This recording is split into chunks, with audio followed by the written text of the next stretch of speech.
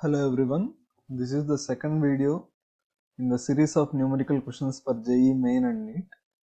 So let us see the first question here. This is related to heat transfer, radiations basically. So the question given is, a black body at 227 degrees centigrade radiates heat at the rate of 5 calorie per second per centimeter square. The rate of heat radiations in calorie per second per centimeter square at 727 degrees centigrade is. So here basically the temperatures are given in centigrades. We have to convert it into Kelvin. The heat energy radiated is given as sigma AE T power 4. Here it is given as black body, so E will be equal to 1. I am neglecting it. So basically this power is directly proportional to fourth power of temperature. Power radiated will be proportional to fourth power of temperature. So here P initial by P final will be is equals to, convert this into Kelvin, we have to add plus 273. 227 plus 273 will be equal to 500. Similarly, 727 plus 273 will be equal to 1000. So this will be equals to 500 by 1000 power 4. Initial power is given as 5. This will be 2 times. So just substitute the value 5 upon P final will be is equals to 1 by 2 power 4. 2 power 4 is nothing but 16. So if you cross multiply, we get final radiation power will be is equal to 5 into 16, which will be 80 calorie per second per centimeter square. This will be the solution for this question. Let us see the next one. So here next one is related to current electricity, thermal effects of current electricity. Let us see the question. Due to fall in main voltage, the temperature of filament of bulb falls from 3000 Kelvin to 2000 Kelvin. What is the percentage fall in power consumption? As we have seen, let us say this is our bulb. We will be providing electric power to the bulb, and this power is radiated in electromagnetic waves. So electric power given and thermal power radiated should be equal for a bulb. Thermal power radiated is nothing but sigma AE into T power 4. So we can say this electric power will be directly proportional to fourth power of temperature of the bulb. P will be directly proportional to T power 4. So here P initial by P final will be is equals to 2000 upon 3000 power 4. This will get cancelled out. This will be 2 by 3 power 4. 2 by 3 is approximately 0.66. So this will be 0.66 power 4, which is again approximately equal to 0.1965. So here we want the percentage fall in the power consumption. Percentage fall will be is equals to 1 minus P initial by P final into 100. This will be approximately equal to 80%. Just see the calculation once here. Let us move on to the next question. So here next question is again related to heat transfer. The question given is, the radiations from the sun have a maximum wavelength of 5760 angstroms. The surface temperature of the sun is dash. We have to calculate the temperature in Kelvin. Here B value is given. B is called as Wien's constant. Wien's constant. So if you remember the Wien's displacement law, according to Wien's displacement law, lambda m into T will be is equals to B. This is a constant. So here maximum wavelength is given as 5760 angstroms. Angstroms is nothing but 10 power minus 10 meters into T, which we have to calculate, is equals to B. This I am directly writing it as 288 into 10 power minus 5. So this is 288 into 10 power minus 5. Here we can take this as 10 power minus 9. So this is 1 times and this is 2 times. So here T will be is equals to 1 by 2 into minus 5. If we bring it this side, this will be 10 power plus 9. Minus 5 plus 9 will be 10 power 4.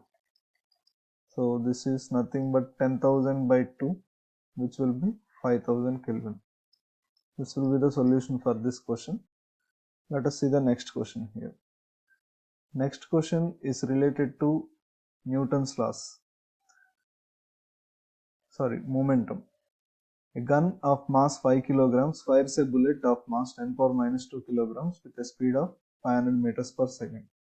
The ratio of kinetic energy of the bullet to that of gun is. So let us assume this is our initial system. Bullet is inside the gun. Now we are firing it. After firing the bullet, let us assume it is gaining a momentum p. This gun will also gain the same momentum in opposite direction, same magnitude of momentum in opposite direction. Because initial momentum is 0, we have to conserve the momentum as there is no external force acting on the system. So if bullet is gaining a momentum p in this direction, gun will gain a momentum p in the opposite direction. So here we want the kinetic energy ratio of bullet and gun. Kinetic energy in general we can write it as p square upon 2m. So kinetic energy of bullet will be p square upon 2 into 10 power minus 2. Similarly, kinetic energy of gun. Momentum is same here, p square upon 2 into mass is 5. So p square by 2 will get cancelled out, that is 5 will come to the numerator, and 10 power minus 2 I can write it as 500. But here we want it in terms of 10 power 3, so this will be written as 0.5 into 10 power 3. So the missing numerical here will be 0.5. Let us see the next question. Again, this is related to momentum conservation. See the question. A stationary shell explodes into two fragments having masses in the ratio of 1:2. The heavier fragment attains a kinetic energy of 100 joules. Find the kinetic energy released in the explosion. So let us assume initial shell is having a mass m. After explosion, the ratio of masses is 1:2. Means the smaller one will have a mass of m by 3 and the larger one will have a mass of 2m by 3.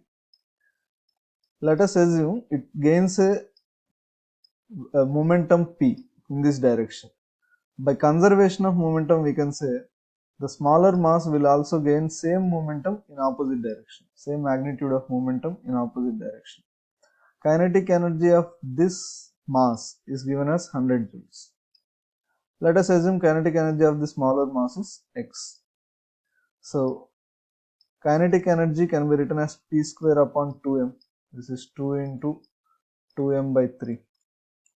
Similarly, x will be is equals to p square upon 2 into m by 3. Now divide these two equations. P square by 2 m by 3.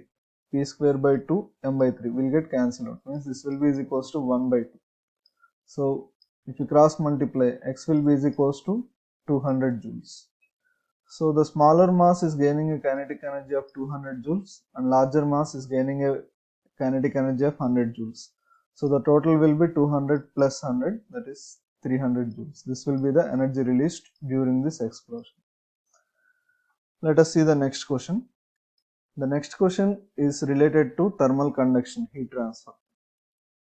Two rods of thermal resistance 100 k watt and 10 k watt inverse are joined in parallel combination. Their equivalent thermal resistance will be. If we have two resistance R1 and R2 in parallel, then equivalent thermal resistance is given as R1 R2 upon R1 plus R2. Just substitute the values here. 5 into 10, 50 upon 5 plus 10, 15.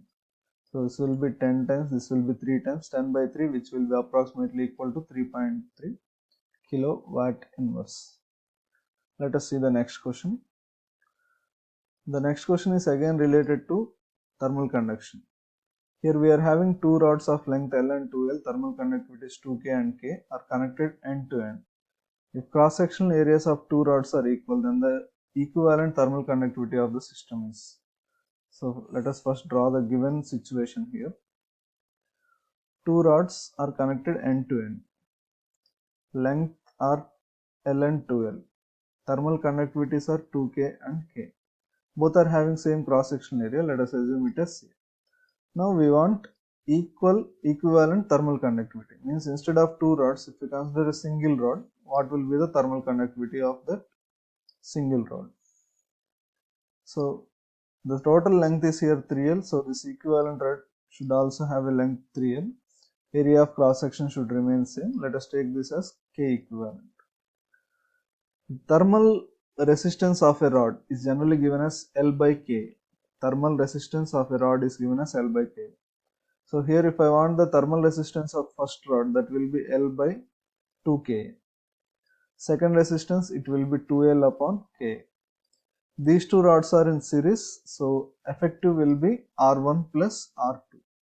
This should be equal to the thermal resistance of the equivalent rod, which have a thermal resistance of 3L upon K equivalent into A. So here L by A, L by A, L by A, we can cancel out this. So if you take the LCM, this will be 5 upon 2K will be is equals to 3 upon K equivalent. Now cross multiply here. If we cross multiply, we can write K equivalent is equals to 6K upon 5. 6 by 5 is nothing but 1.2. So K equivalent of this system will be is equals to 1.2 K. This will be the missing term here. Let us see the next question. Next question is related to center of mass. Here the question given is three identical spheres, each of radius 3 cm, are placed on a horizontal surface touching each other. The distance of the center of mass of the system from any center of the sphere is. So let us draw the given situation here. We are having three spheres touching each other, something like this. Now if you join the centers of these three spheres, we can form an equilateral triangle. This radius is given as 3. This will be also equal to 3. So the side of the triangle form will be is equal to 6 centimeters. For an equilateral triangle, center of mass will lie at the centroid. Center of mass will lie at the centroid. So this is 6 centimeters. We want distance between centroid and any one of the vertex. In an equilateral triangle, the distance between the centroid from any one of the vertex is given as a by root 3. So this distance will be is equal to 6 by root 3, which will be 2 root 3. Root 3 is 1.7. Approximately you can take it as 1.7. So this will be 2 into 1.7. Actually 732.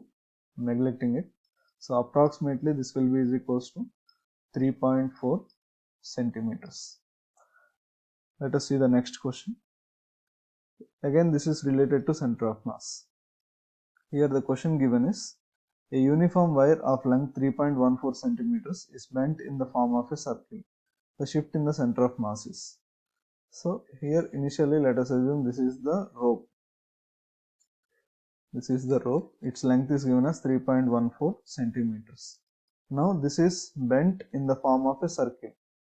This is made in the form of a circle. Let us assume something like this. We have bent in the form of a circle. Now initially the center of mass of the rod is lying at this point. Let us take this as x1. Now after bending it in the form of a circle, center of mass of the circle or the ring will lie at its center. This is x2. We want this distance. This distance is nothing but radius of the circle.